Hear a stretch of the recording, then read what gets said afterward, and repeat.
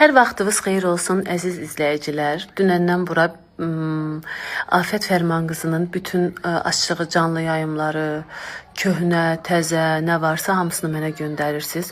Amma mən dünən elə efirdə də onu açıqladım ki sizə. Bəs Afət Fərman qızı o canlıları mənə açmır. Və orada da mənə yaxınlaşanda, həmin o özü də etiraf edirik, toyda görüşmüşük. Orada yaxınlaşanda mən onu soruşdum ki, Afət, siz mənə mi deyirsiniz? O uşaqlarla bağlı o söyüşdü, ölü söyürsüz, diri söyürsüz. Yəni bunları söydüyünüz halda mənlə niyə barışmaq istəyirsiniz? Necə barışmaq istəyirsiniz? Dedi ki, o söyüşlərin, o canlıların sənə heç bir aidiyyatı yoxdur.